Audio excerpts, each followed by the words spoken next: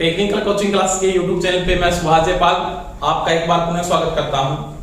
दोस्तों, अपने जो इलेक्शन थ्योरी का तो टेस्ट को स्टार्ट किया था, आज अपनी उसकी नेक्स्ट क्लास पढ़ेंगे और अपना जो टॉपिक चल रहा था वो चला था पॉलीफेज। पॉलीफेज के बारे में बात करते हैं। तो क्लास नया अटेंड होने का कारण मैं बता देता हूं। तो कुछ समस्याएं थी, कुछ मेरी तबीयत खराब होने के कारण मैं क्लास को अटेंड नहीं कर पाया था।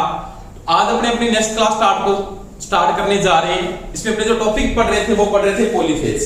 किसके बारे में बात कर रहे थे? पॉलीफेज या बहुफेज प्रणाली के बारे में बात कर रहे थे। बहुकला प्रणाली,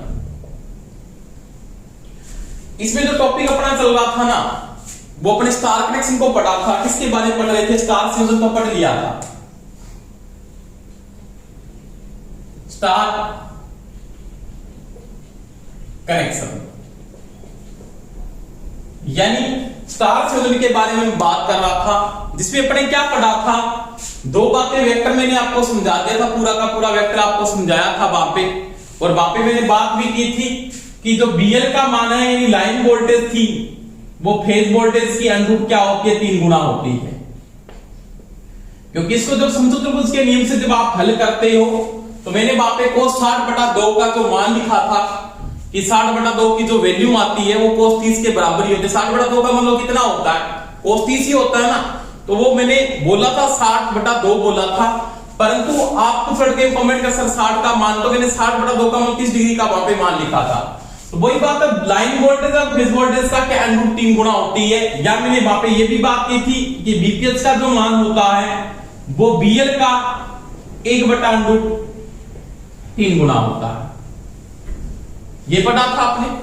इसके बाद मैंने आपको बताया था कि फेज वोल्टेज होती है ना, फेज वोल्टेज, ये फेज वोल्टेज लाइन वोल्टेज की 57.7% या लगभग 58% होती है। ये मैंने बात नोट की थी। एक बार क्वेश्चन पूछा गया था कि स्टार कनेक्शन में लाइन वोल्टेज फेज वोल्टेज की कितने परसेंट होती है। अगर आपको करेक्ट ऑप्शन दिया हुआ है तो 57.7% वहां पे करेक्ट ऑप्शन आता है। अगर वो लगभग बोलते तो लगभग कितनी होती है? ये 58% इसकी क्या होती है? वैल्यू होती है। दूसरी बात मैंने यहां पे ये भी की थी कि यहां पे जो लाइन धारा होती है आईएल, ये फेज धारा के क्या रहती है? बराबर रहती है। यानी स्टार कनेक्शन के अंदर लाइन धारा फेज धारा के क्या होती है? बराबर होती है दोस्तों। तो इस टॉपिक के बारे में बात कर रहा था। इस टॉपिक में पढ़ेंगे लाइन धारा क्या है, लाइन वोल्टेज क्या है, फेज वोल्टेज क्या है। उसके बाद मैं इसकी क्या बात करूंगा? पावर की बात करूंगा। जैसे मेरे पास कोई भी पर्दाय होगा, मेरे पास पर्दाय का कोई भी जो स्रोत है उसकी लाइन वोल्टेज किसके बराबर है, कैसे आप ज्ञात कर सकते हो, या उसकी फेज वोल्टेज कितनी होती है वो आपको निकालनी है। तो अपने उसके कनेक्शन में उस क्वेश्चन को अपने न्यूमेरिकल तौर पे भी क्या करेंगे? हल करेंगे। इसके बाद देखो क्लास में मैं बात कर रहा हूं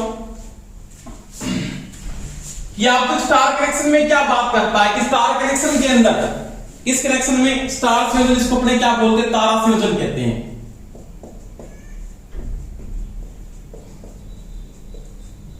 किसकी बात करेंगे दोस्तों?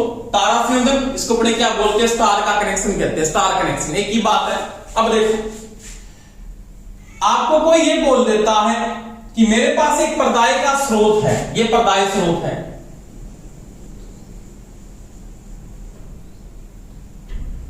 इसका मैंने स्टार का कनेक्शन कर दिया है। ऐसे मैंने 3 वाइंडिंग डाल दी यहां पे।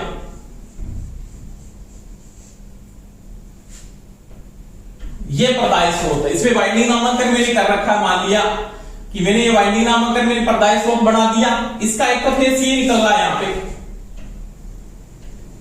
ये फेस है, इसका मान लिया आर फेस है। ये इसका मान लिया आपका कौन सा फेस है दोस्तों? वाई फेस है।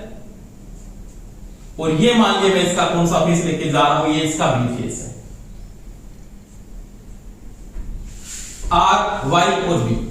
यहाँ पे लोड, जैसे लोड में आपने बोल सकते हैं यहाँ पे L1 लोड जुड़ा है, L2 लोड जुड़ा है, ये कौन सा जुड़ा है? L3 लोड जुड़ा हुआ है। तो ये मेरे पास पर्दाय का स्रोत है। इसका मतलब यहां पे क्या बनेगा, ये पर्दाय स्रोत है। क्या है? पर्दाय स्रोत। मान लिया मैंने इसके अल्टरनेटर में वाइंडिंग कर रखी है, या ट्रांसफार्मर का जो कनेक्शन है वो स्टार का कनेक्शन है। कौन सा कनेक्शन है?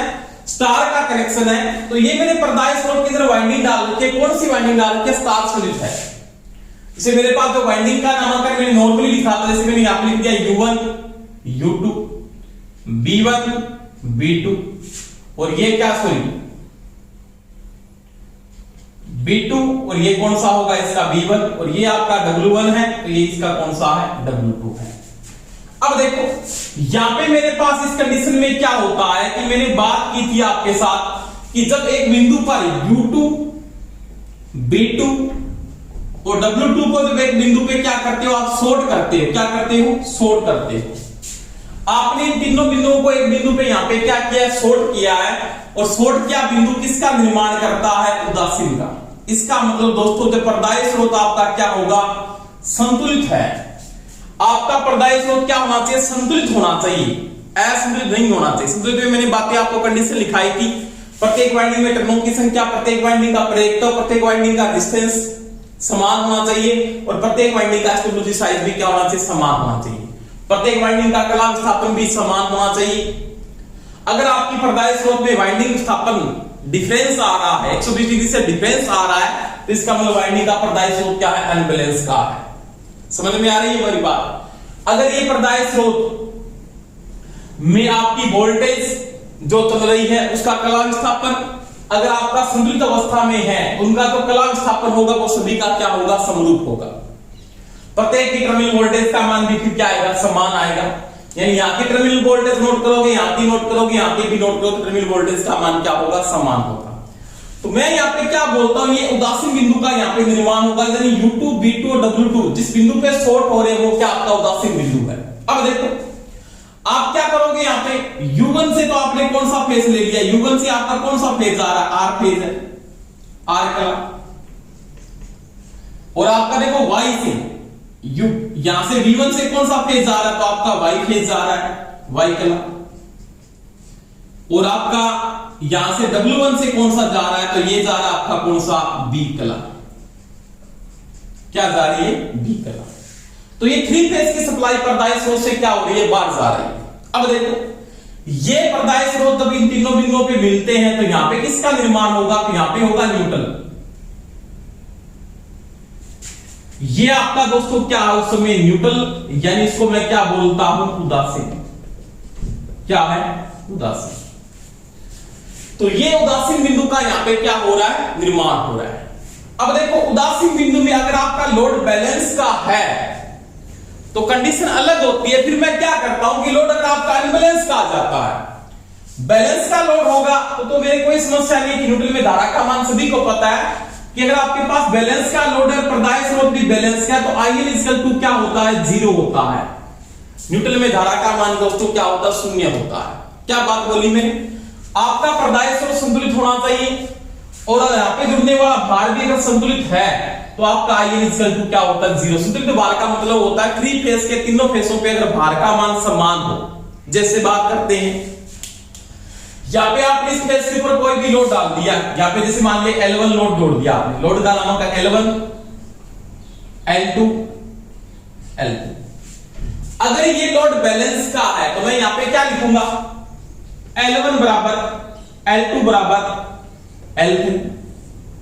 तो आपका जो ये भार है, भार संतुलित है इस अवस्था में। क्या है? संतुलित। यानी ये भार है वो क्या है? बैलेंस का लोड है। तीनों फेसों पे भार का मान अगर बराबर है तो उसको क्या बोलते हैं? संतुलित लोड, या बोलते हैं बैलेंस का लोड है। परंतु मान लिया यहां पे लोड आपके पास इस प्रकार का लोड मैंने यहां पे जोड़ दिया, जैसे L1 greater than L2 L3। सबसे ज्यादा भार कौन सा है? जैसे माना L1 का मान सबसे ज्यादा है, L2 का मान उससे भी क्या है? कम है। L3 का मान उससे भी क्या है? कम है। तो ये जो लोड होगा इसको क्या बोलेंगे भाई? असंतुलित भार। क्या बोलेंगे? असंतुलित ये भार है। इस अवस्था में आपका IL इक्वल टू 0 नहीं हो सकता। IL इक्वल टू 0 नहीं हो सकता। आपका पर्दाई स्रोत मैंने कहा आपने पहले बैलेंस का बनाया था, परंतु जब लोड बैलेंस का था तो IN क्या था, 0 था। परंतु जब एब्सोल्यूट भार है उस अवस्था में IN 0 नहीं होगा। अब क्या कहते हैं कि जब लोड आपके पास अनबैलेंस का होता है, क्या होता है दोस्तों, अनबैलेंस का, तो फिर क्या करते हैं, इस जो न्यूट्रल बिंदु है इसको किसके साथ जोड़ दिया जाता है, अर्थ के साथ जोड़ देते हैं। किसके साथ जोड़ देते हैं, अर्थ के साथ।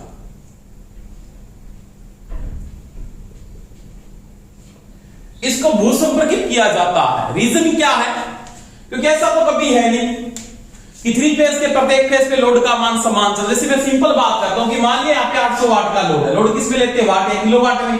यहां पे कितने का है, 800 वाट का लोड है, तो यहां पे कितना है, 800 वाट का लोड है। तो ये लोड आपके पास कौन सा, बैलेंस का लोड है ना, कि L1 बराबर L2 बराबर L3 है। उस अवस्था में आपको उदासीन बिंदु को, कोई स्टार बिंदु को अर्थ करने की आवश्यकता नहीं होती, क्योंकि उस अवस्था में IN हमेशा क्या होगा, 0 होगा। परंतु जब लोड मान लिया यहाँ पे 1800 वाट का है, यहाँ पे 1000 वाट का है, और यहाँ पे मान लिया 1600 वाट का, मान लिया यहाँ पे 800 वाट का ही है। देखो सबसे ज्यादा लोड कौन सा है, L1 का मान सबसे ज्यादा है, L2 का मान उससे कम है, ये 1000 वाट का है, और ये सबसे कितना है, 800 वाट का, सबसे कम है।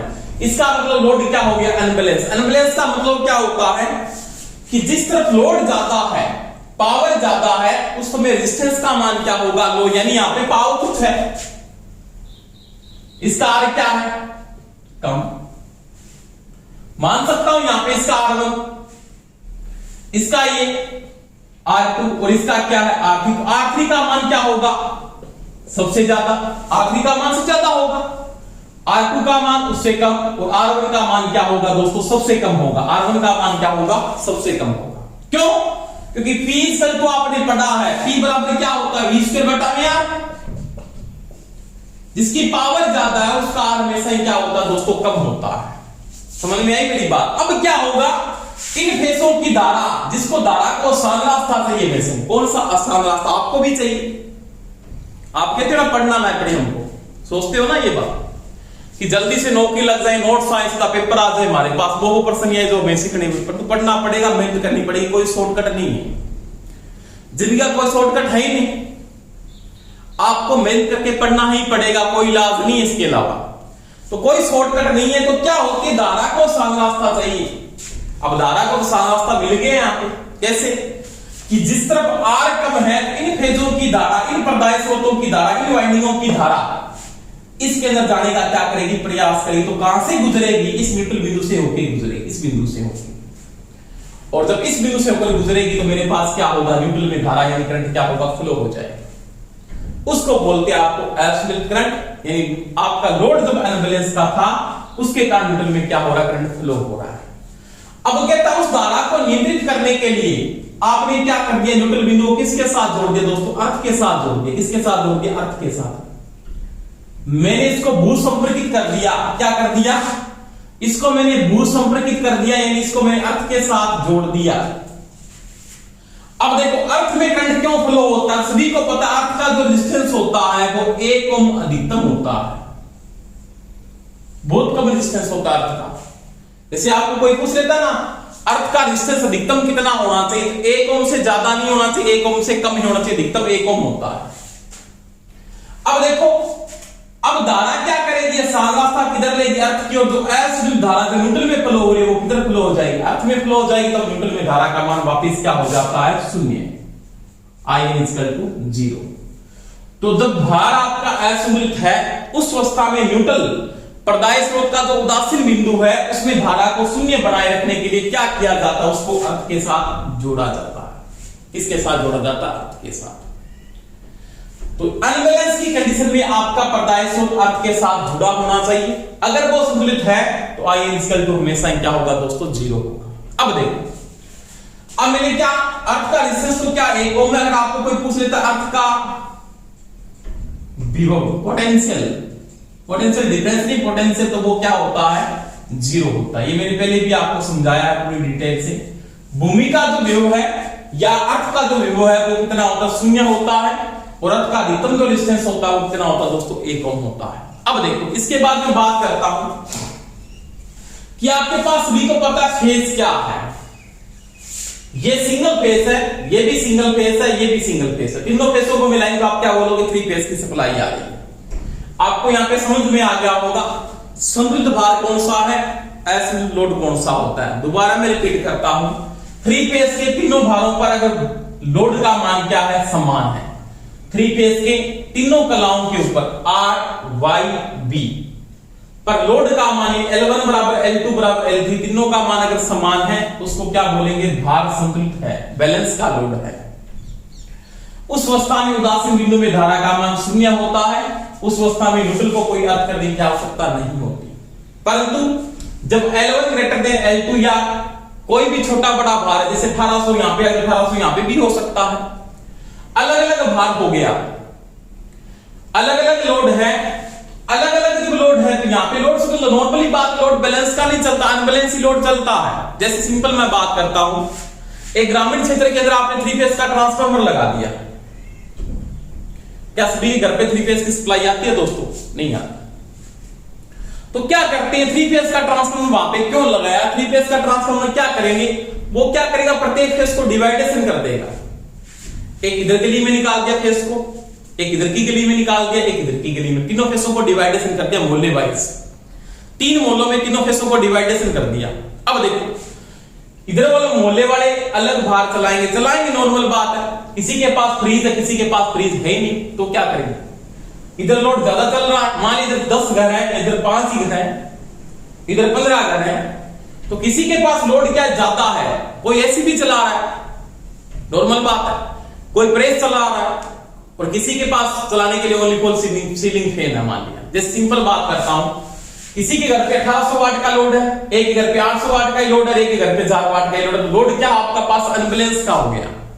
अब अनबैलेंस की कंडीशन मैंने आपको बताया कि जब लोड का मान जहां पे जाता है वहां पे रेजिस्टेंस क्या हो जाता है? कम हो जाता है। तो मेरे को पता है धारा क्या करती है, अन्य फेसों की धारा उस फेस के ओवरफ्लो होने का क्या करती है? प्रयास करती है। तो वो कहां से जाएगी? वो स्टार बिंदु से होके जाएगी। उस समय उदासीन बिंदु में करंट क्या होता? फ्लो होता है दोस्तों। उस करंट को कंट्रोल करने के लिए इस उदासीन बिंदु को किसके साथ जोड़ देते हैं? अर्थ के साथ। तो न्यूट्रल को अर्थ करते कब है? जब लोड आपका क्या होता है? अनबैलेंस का लोड होता है। तो न्यूट्रल को अर्थ करके आप न्यूट्रल में धारा का मान 0 बनाए रखते हैं और न्यूट्रल क्या रहता है? आपका स्थिर रहता है। समझ में आई मेरी बात?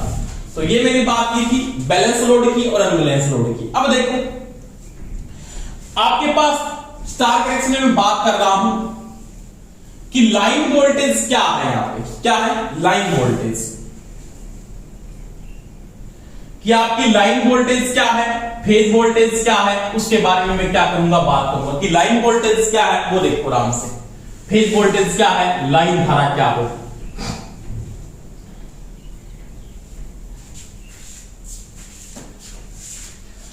सबसे पहले बात करेंगे 1 नंबर पंक्ति वोल्टेज, जिसको इंग्लिश में बोलते हैं लाइन वोल्टेज। क्या बोलते हैं दोस्तों? Line voltage. लाइन वोल्टेज क्या है? 2 फेसों के मध्य मापी गई वोल्टेज। जिस 2 फेस है, ये आर फेस है, ये वाई फेस है, और ये कौन सा आपका बी फेस है। ये 3 फेस की सप्लाई आ रही है। 2 फेसों के मध्य आप कहीं भी वोल्टमीटर को लगाते हो, जैसे मैंने कहा दिया यहां पे वोल्टमीटर को लगा दे दोस्तों। ये बात करते हैं,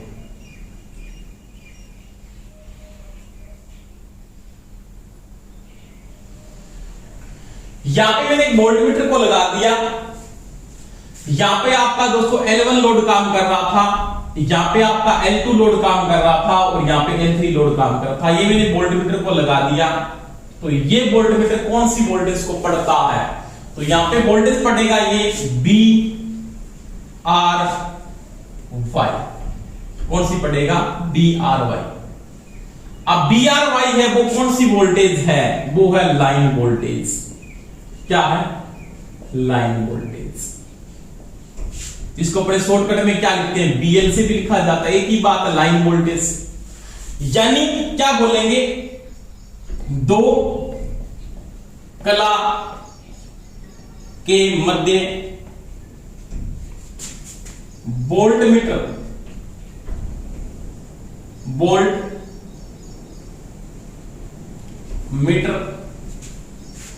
द्वारा मापी गई, मापा गया विभवांतर। यानी आपने क्या, दो कलाओं के मध्य वोल्टमीटर द्वारा मापा गया विभवांतर, यानी दो कला का मतलब आर वाई के बीच में माप लिया। झुर्नी के आर वाई के बीच में मापो आप, झुर्नी के दोनों के बीच में मापो। आपने यहां पे वोल्टमीटर को लगा दिया, यहां पे लगा दिया, तो ये कौन सा फेस है? तो ये जो आपका वोल्टमीटर आपने लगाया कि कौन से फेस के मध्य माप रहा है? देखो ये मापेगा वाई बी के मध्य, तो ये भी आपकी क्या है? लाइन वोल्टेज है। एक ही बात है, दो कलाओं के मध्य वोल्टमीटर द्वारा मापा गया विभवांतर क्या कहलाता है? लाइन वोल्टेज या पंक्ति वोल्टेज कहलाती है। पंक्ति वोल्टेज कहलाती है, वोल्टेज कहलाती है। समझ में आई मेरी बात? यानी वोल्टमीटर को आपने जोड़ दिया, वोल्टमीटर को जोड़ने के बाद दो फेसों के मध्य यानी आर और वाई के बीच में हो सकता है, लाइन वोल्टेज किन के मध्य में हो सकती है? तो लाइन वोल्टेज आपने बोल दिया बी आर वाई, ये लाइन वोल्टेज है। वाई बी, ये भी लाइन वोल्टेज है। और आप लिख दिया बी बी, चाहे बी आर के मध्य माप लिया आपने, चाहे बी आर के मध्य, ये भी आपकी लाइन वोल्टेज है। और आपने मान लिया, और कौन से के मध्य माप सकते? दो फेस कोई भी ले लो आप, वाई बी बी या आर वाई के बीच में माप लिया, तो दो फेसों के मध्य जो वोल्टेज माप रहे हो, दो फेस होने चाहिए, दो फेसों के मध्य जो वोल्टेज का मान है वो आपकी कौन सी वोल्टेज कहलाएगी? लाइन वोल्टेज कहलाएगी। कौन सी वोल्टेज कहलाएगी दोस्तों? लाइन वोल्टेज कहलाएगी। अब देखो, तो ये थी लाइन वोल्टेज, क्या थी? Line voltage. इसके बाद आती है 2 नंबर कला वोल्टेज। कला वोल्टेज, जिसको अपने क्या बोलते हैं? Phase voltage.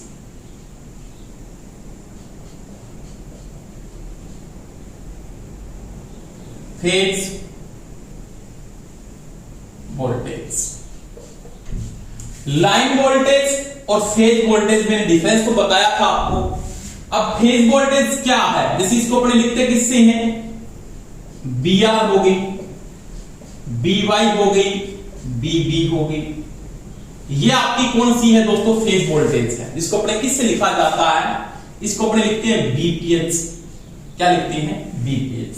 अब देखो, आपके पास कोई भी एक वोल्टमीटर है, क्या है? वोल्टमीटर। ये मेरा क्या है? न्यूट्रल बिंदु है, यानी उदासीन है।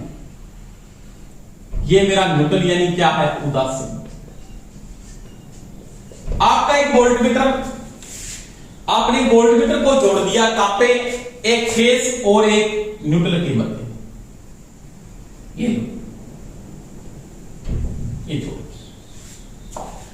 तो ये कौन सी वोल्टेज को माप रहा है? तो ये बी आर को माप रहा है। किसको माप रहा है? B R. आर फेस की वोल्टेज को माप रहा है, इसको अपने क्या बोलेंगे? बीपीएच बोलेंगे। क्या बोलेंगे दोस्तों? बीपीएच। ये आपकी फेज वोल्टेज है। यानी इसमें क्या लिख सकता हूं मैं? एक वोल्ट मीटर को एक कला व उदासीन के मध्य जोड़ने पर मापा गया विभवांतर।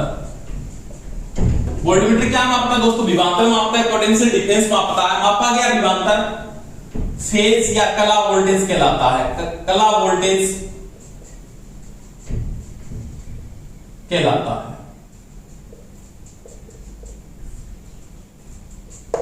यानी एक वोल्टमीटर को एक उदासीन के मध्य जोड़ दिया जाता है, पर मापा गया विभवांतर कला वोल्टेज कहलाता है। यानी एक तो फेस ले लो, ये झुर्नी की ये लो, आपने ये ले लिया, मान लिया ये लो, यहां पे वोल्टमीटर को लगाया तो कौन सी वोल्टेज मापी जा रही है? यहां पे बी वाई माप रहा है, इसके मतलब ये भी फेज वोल्टेज है। झुर्नी के आपने यहां पे वोल्टमीटर को जोड़ा, आपने वोल्टमीटर इधर भी जोड़ सकते हैं, जैसे यहां पे जोड़ दिया, मान लिया आपने। ये तो आपके पास क्या था? लाइन थी ना, आपने इस वोल्टमीटर को यहां पे ऐसे जोड़ दिया, मान लिया ये लो, तो ये कौन सी माप रहा है? बीबी। V B. तो ये बी भी फेज की माप रहा है, ये वाई फेज की माप रहा है, ये आर फेज की माप रहा है।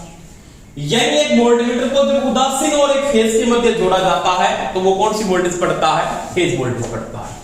तो ये दोस्तों मैंने किसकी बात की? लाइन वोल्टेज और फेज वोल्टेज के बारे में बताया। दोनों के बीच में डिफरेंस क्या है? लाइन क्या है? दो फेजों के मध्य की वोल्टेज। फेज क्या है? एक फेज और एक उदासीन के मध्य की वोल्टेज का जो मान है, उन दोनों के बीच में पोटेंशियल जो डिफरेंस है उसको क्या बोलेंगे? Phase voltage. और दो फेजों के मध्य जो पोटेंशियल डिफरेंस है उसको क्या बोलेंगे? लाइन वोल्टेज कहते हैं। क्या बोलते हैं? Line voltage. समझ में आ गई दोस्तों मेरी बात? तो ये मैंने बात की थी और मैंने आपको बताया था कि थ्री फेज के अंदर दो फेजों के मध्य यानी लाइन वोल्टेज होगी। अधिकतम वोल्टेज का मान किस डिग्री के एंगल पे होता था? मैंने बात की थी 60 डिग्री के ऊपर। किस डिग्री पे? 60 डिग्री पे, ध्यान रख लेना।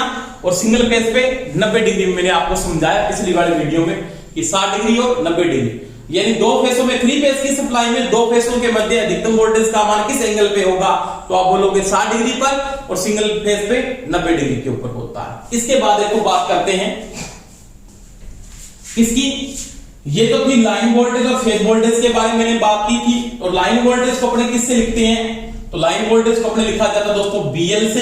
किससे लिखते हैं? बीएल से। और फेज वोल्टेज को किससे लिखा जाता है? बीपीएच से लिखा जाता है।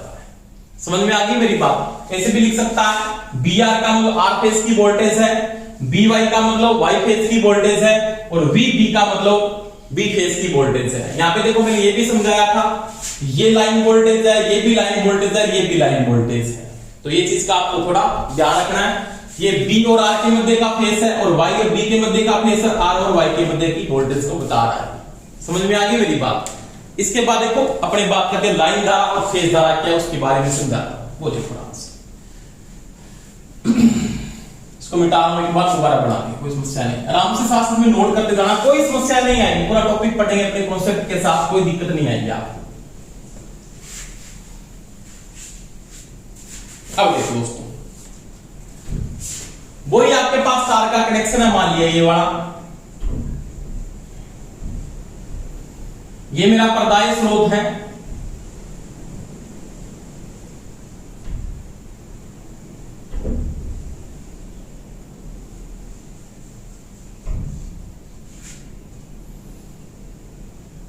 पर्दाय स्रोत। पर्दाय स्रोत का मतलब अल्टरनेटर की वाइंडिंग हो सकती है, ट्रांसफार्मर की वाइंडिंग भी हो सकती है स्टार के अंदर। इसका यहां से कोई फेस निकल रहा है, मान लिया आर फेस है,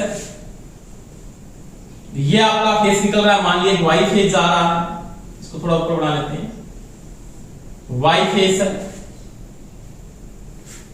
और ये दोस्तों आपका कौन सा निकल रहा है? ये आपका बी फेस है, बी। देखो ये आपका स्टार बिंदु है, इसको मैंने हाथ के साथ यहां पे जोड़ दिया कि दोनों की लोड बैलेंस का हो, लोड आपका अनबैलेंस का भी हो सकता है।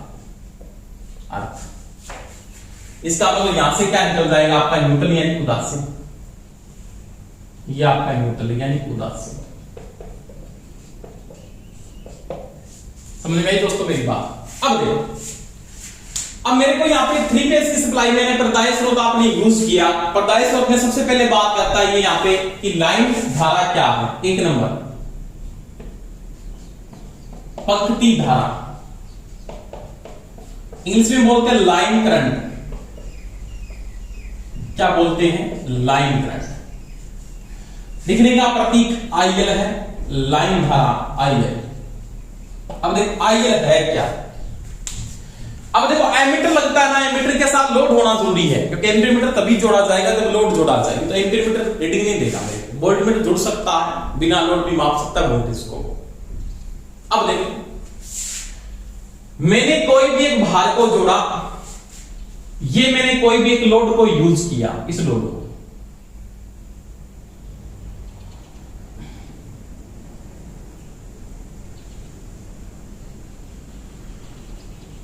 ये कोई एक लोड था आरएल, कोई लोड मान लो,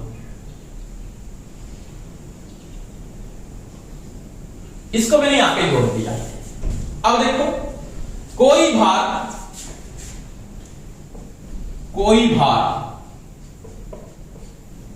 दो कलाओं के मध्य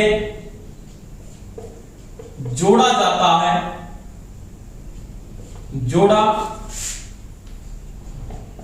जाता है, और उस भार के श्रेणी में, और उस भार के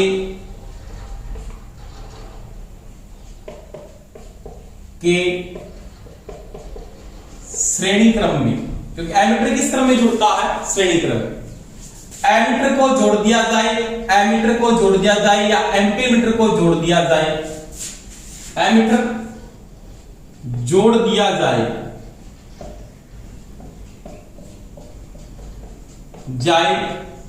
तो वह लाइन धारा, लाइन करंट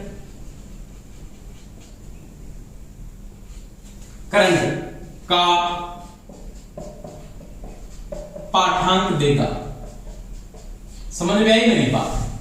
यानी मैंने क्या किया, कोई भी भार, जैसे ये भार है, दो फेसों के मध्य जोड़ दिया, एक मैंने मान लिया यहां पे जोड़ दिया। इस भार के श्रेणी क्रम में मैं एम्पीमीटर को लगाता हूं, मैंने यहां पे एक एम्पीमीटर को जोड़ दिया। एम्पीमीटर किस क्रम में जुड़ता है? श्रेणी क्रम। इस भार के श्रेणी क्रम में एम्पीमीटर को मैंने लगा दिया इसे।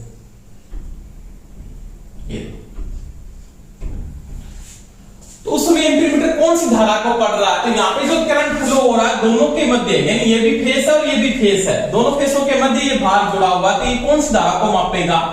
ये लाइन धारा को मापता है। कौन से फेस की लाइन धारा है? तो मैं लिख सकता हूं ये IRY को माप रहा है। समझ में आ रही है मेरी बात? यानी कोई भी एमीटर को दो फेसों के मध्य कोई भी भार जोड़ा जाता है, ये दो फेसों के मध्य एक भार आपका जुड़ा हुआ है, इस भार के श्रेणी क्रम में एक आपने एम्पीमीटर को जोड़ा, तो वह कौन सी धारा का पाठांक देगा? लाइन धारा का पाठांक देता है। क्या देता है दोस्तों? लाइन धारा। अब वो यहां पे भी हो सकती है, समझ में आ गई मेरी बात? ये भी हो सकती है ना कि लोड आपका इन दोनों फेसों के मध्य जोड़ दिया, मैंने जैसे यहां पे कोई लोड लगा दिया है, तो यहां पे कौन सी, यहां पे मैंने जैसे एक एम्पीमीटर को लगाया, ये एम्पीमीटर को मैंने यहां पे लगा दिया, तो ये कौन सा धारा पड़ेगा? ये पड़ेगा IYB, और ये भी आपका उसमें क्या है? लाइन धारा है। समझ में आई मेरी बात? तो ये भी आपकी क्या होगी? लाइन धारा। समझ में आ रही है? अब देखो, इसके बाद मैं बात करता हूं कि आपका फेज धारा कौन सी है। फेज धारा का मतलब कला धारा। आपकी कला धारा कौन सी है? 2 नंबर कला धारा, इंग्लिश में बोलते हैं फेज करंट। क्या बोलते हैं? Phase current. IPH से लिखा जाता है, IPH से लिखा जाता है, इसको IL से लिखा जाता है। अब इधर ये क्या है? मैंने एक लोड को यूज किया, जैसे मेरे पास एक लोड लगाया, मैंने यहां पे लगा दिया, ये उदासीन बिंदु है, तो यहां पे इसको उदासीन बिंदु को ले लिया मैंने, इसी में समझा देता हूं, और यहां पे मैंने एक लोड को लगा दिया, ये रेजिस्टेंस लगा दिया। कोई भी आपका एक RL लोड जुड़ा हुआ है, और इसके श्रेणी क्रम में एम्पीमीटर को लगाता हूं, मैंने यहां पे एक एम्पीमीटर को जोड़ दिया इस बिंदु के साथ, ये एम्पीमीटर मैंने यहां पे लगा दिया। अब देखो ये एम्पीमीटर किनके मध्य जुड़ा हुआ है? एक भार एक कला व उदासीन के मध्य जोड़ा जाता है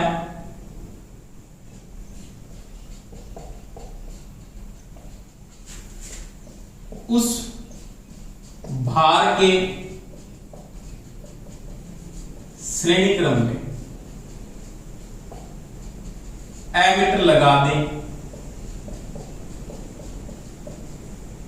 तो वह फेज करंट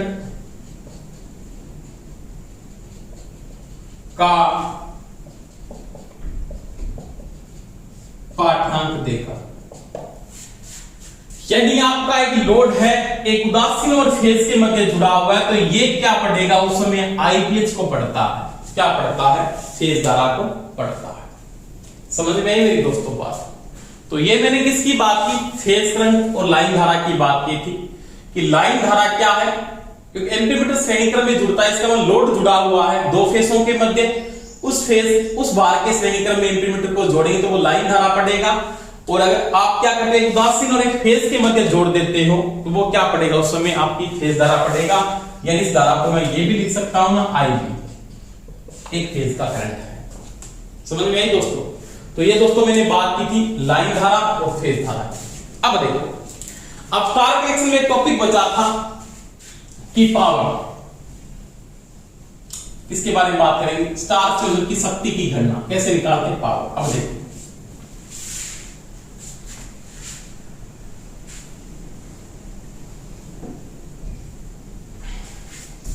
ये मेरा स्टार का संयोजन है। कौन सा संयोजन है? स्टार का संयोजन है।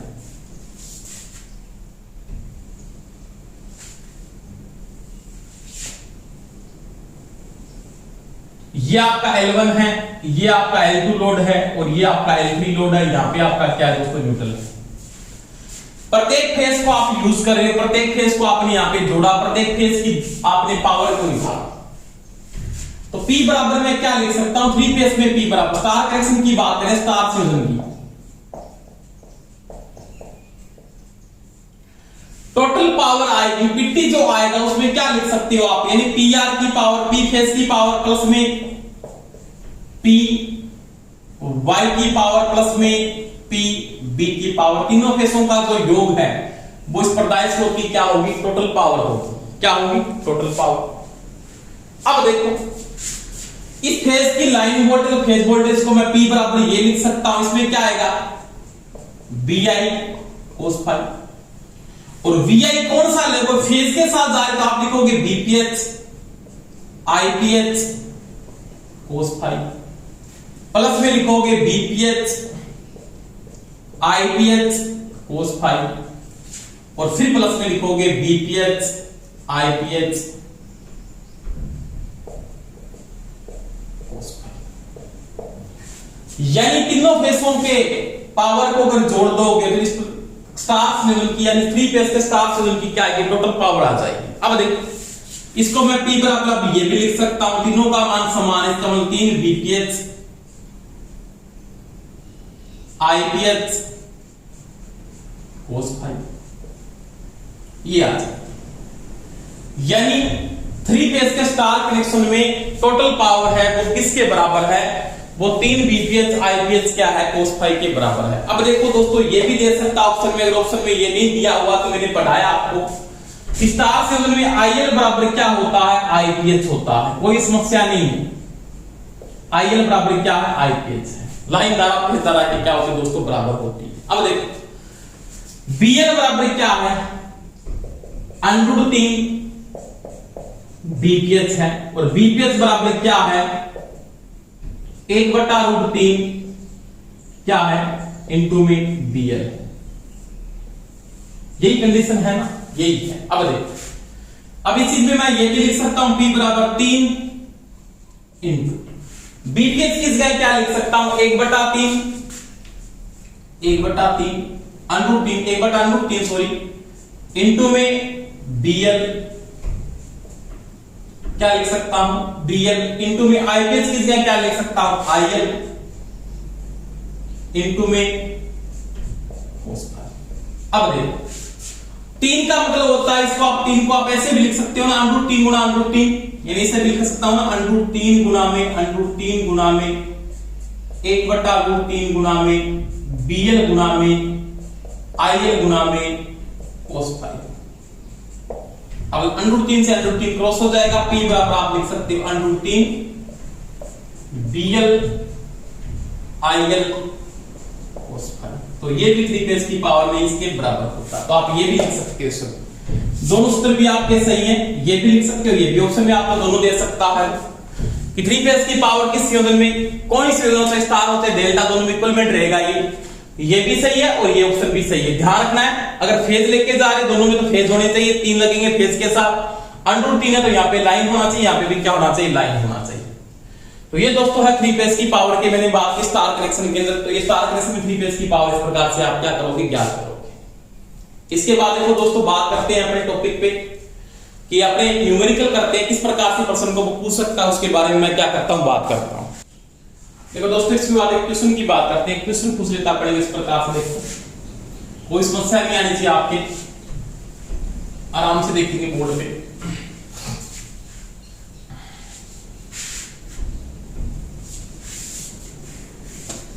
से क्वेश्चन दे रखा है इसने ऐसे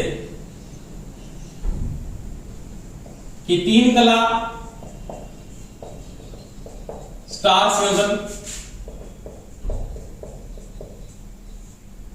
की पर्दाए में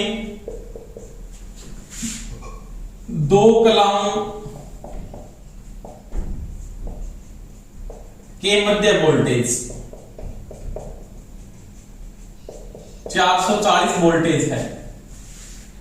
यानी क्या कहना चाहता है, मेरे पास कोई भी एक लोड है, जैसे ये लोड जुड़ा हुआ स्टार में, इस प्रकार से जोड़ दिया,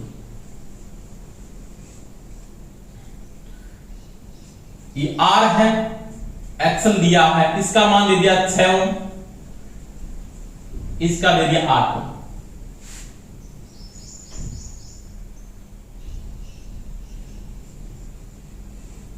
इसी प्रकार ये दिया है, एक्सल का मान 8 ओम, एक्सल का मान 8 ओम, आर का मान 6 ओम। और इसी प्रकार से एक लोड और जोड़ रखा है, इस प्रकार से ये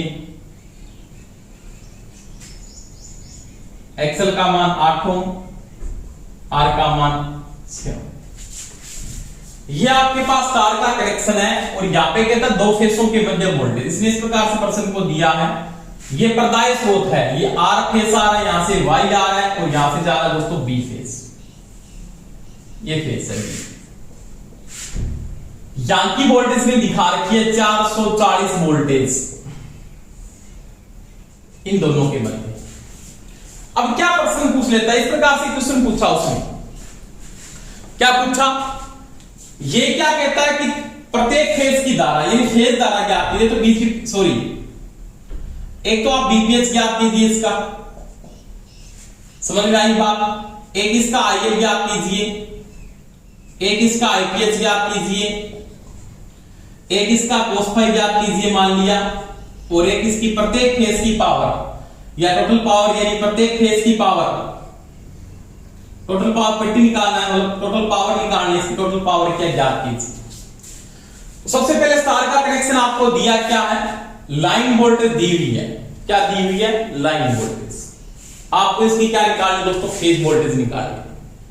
अब देखो सबसे पहले मैं क्या बात करूंगा, यहाँ पे क्या आरएल सर्किट, यहाँ पे न्यूट्रल बनेगा, बैलेंस का लोड है, यहाँ पे बैलेंस का लोड है। देखो प्रत्येक फेज पे लोड क्या इक्वलमेंट में बराबर है, एक्सल का मान भी तीनों में बराबर है, आर का मान भी तीनों में क्या है, बराबर है। तो प्रत्येक फेज का इंपीडेंस निकाल लो, प्रत्येक फेज का इंपीडेंस, प्रत्येक फेज का इंपीडेंस निकालने के बाद मेरे को पता है यहाँ पे ये क्या बनेगा, न्यूट्रल बन जाएगा।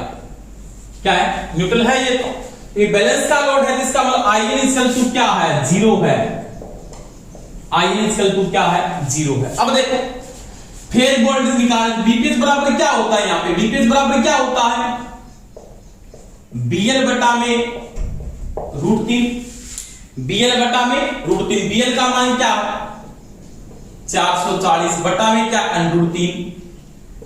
ये वोल्टेज आपकी कौन सी वोल्टेज कहलाएगी, फेज वोल्टेज। पहला क्वेश्चन तो यहीं से हल हो जाएगा। उसके बाद प्रत्येक फेज का इंपीडेंस यानी जेड आर फेज का जेड, यानी आर जेड आर निकाल रहा हूं, प्रत्येक का बराबर आएगा, इक्वलमेंट में जेड आएगा, तो यहां पे क्या होता है, जेड बराबर आर स्क्वायर प्लस में एक्सल स्क्वायर का रूट। आरएल सर्किट है ना, ये आरएल सर्किट है। इंपीडेंस क्या आएगा आपके पास, इंपीडेंस की जो वैल्यू आप यहां पे निकालो, तो प्रत्येक फेज का जो इंपीडेंस आएगा बराबर आएगा। इंपीडेंस का मान क्या आएगा आपके पास, आर का मान कितना है 6 का स्क्वायर 36, 8 का स्क्वायर 64, दोनों का योग 100 का रूट होता 10 ओम, यानी प्रत्येक फेज का जो इंपीडेंस आ रहा है कितना आएगा 10 ओम। यानी जेड आर भी 10 ओम है, जेड वाई भी 10 ओम है, और जेड बी कितना आएगा 10 ओम आएगा। यानी प्रत्येक फेज का इंपीडेंस क्या आ रहा है, बराबर आएगा। समझ में आ गई बात। यानी यहाँ पे जेड का जो मान आ रहा है, जेड आर कितना आ रहा है आपके पास 10 ओम, ये भी कितना है, जेड वाई कितना आ रहा है इसका, इस फेज के ऊपर मैं अगर निकालूं तो इसका भी कितना आ रहा है 10 ओम,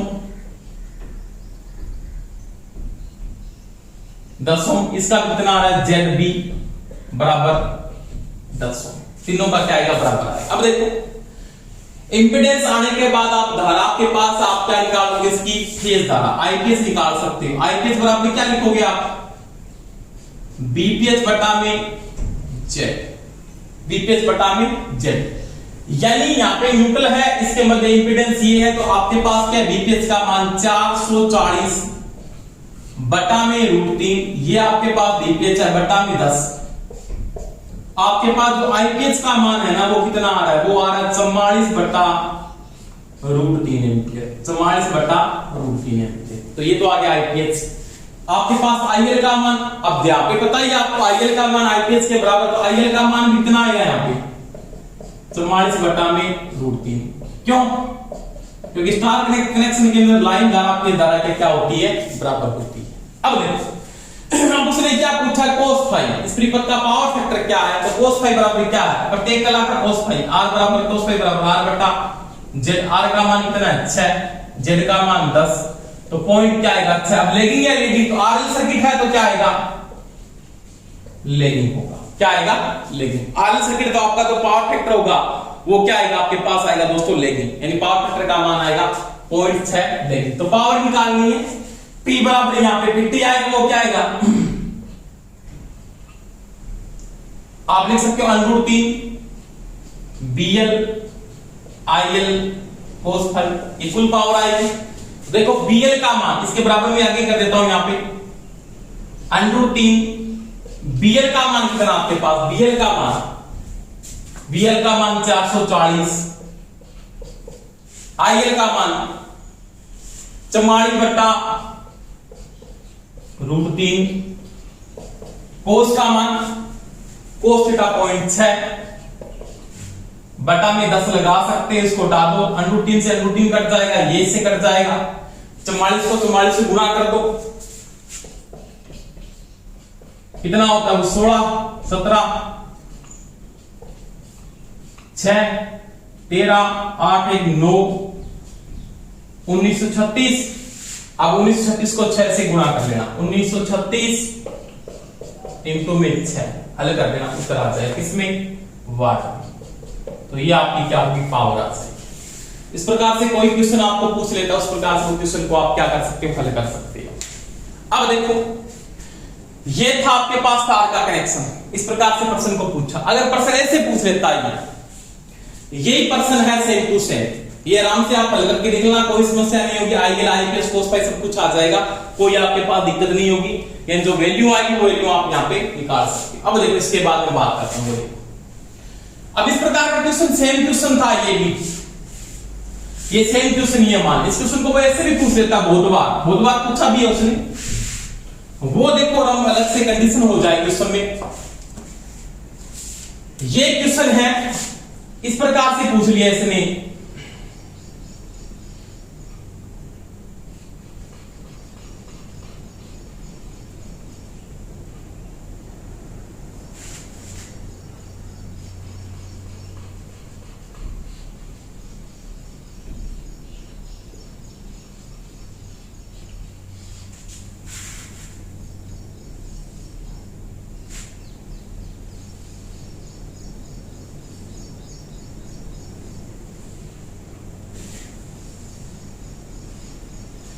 अब देखो यहां से R फेस आ रहा है, ये Y फेस आ रहा है, ये B फेस आ रहा है।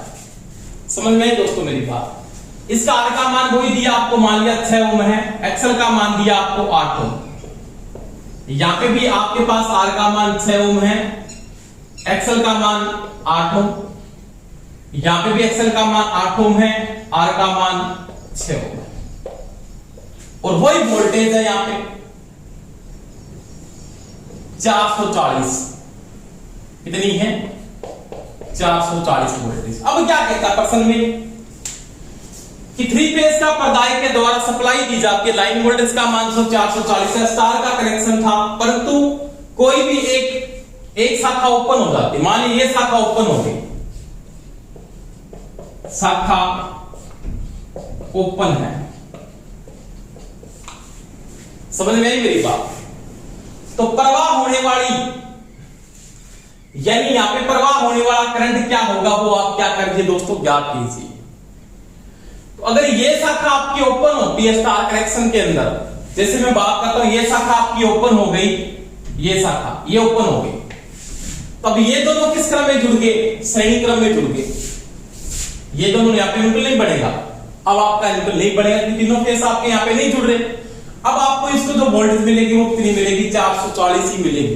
कितनी मिलेगी? 440। अब इसकी जो धारा निकालोगे वो 440 वोल्टेज के साथ ही निकालोगे, न आप ऐसे कर दो कि यहाँ पे लाइन फेज वोल्टेज का मान निकाल के 30% को लेकर। अब यहाँ पे 440 वोल्टेज की आपको क्या मिलेगी? लाइन वोल्टेज मिलेगी। इस शाखा का आप क्या करोगे? इंपीडेंस निकालो। एक्सल का मान आप एक समान कर लो, आर का मान आर के साथ जोड़ दो, इसके साथ इसका साथ करने पड़ता है। इंपीडेंस जेड निकालो तो जेड बराबर क्या आ जाएगा? 12 का स्क्वायर। ये करोगे ना, आर की वैल्यू आर के साथ जुड़ेगी, श्रेणी क्रम में आर समान मान के हैं, एक्सल का मान एक्सल के साथ जोड़ सकते हो, 16 के स्क्वायर। इसका क्या करोगे? रूट करोगे, इसका इंपीडेंस आ जाएगा, और इंपीडेंस आने के बाद आप फिर इसकी क्या निकालोगे? धारा निकालोगे। बी आई बराबर बी बटा जेड होता है। इस प्रकार से सॉल्व करोगे। तो ये चीज का ध्यान रखना कि शाखा ओपन होने पे क्या कंडीशन है। ओनली आर सर्किट होता भी तो ओनली आर आता, यहाँ पे क्या है? एक्सल सर्किट है। आरएल सर्किट में आर इंटू एक्सल दोनों जुड़े हैं। एक्सल को आप एक करो पहले, इंडक्टिव इंडक्टिव एक हो जाएंगे, एक्सल का मान एक्सल के साथ जुड़ जाता है, और आर का मान आप श्रेणी क्रम में आर को जोड़ सकते हो, तो आरएल सर्किट बनेगा, उसको आगे आप हल कर सकते हैं। ठीक है दोस्तों, इस प्रकार से क्वेश्चन वो आपको पूछ सकता है। धन्यवाद दोस्तों। क्लास आपको अच्छी लगी है सभी लाइक जरूर किया करो और शेयर भी करें। धन्यवाद, बेस्ट ऑफ लक, जय हिंद।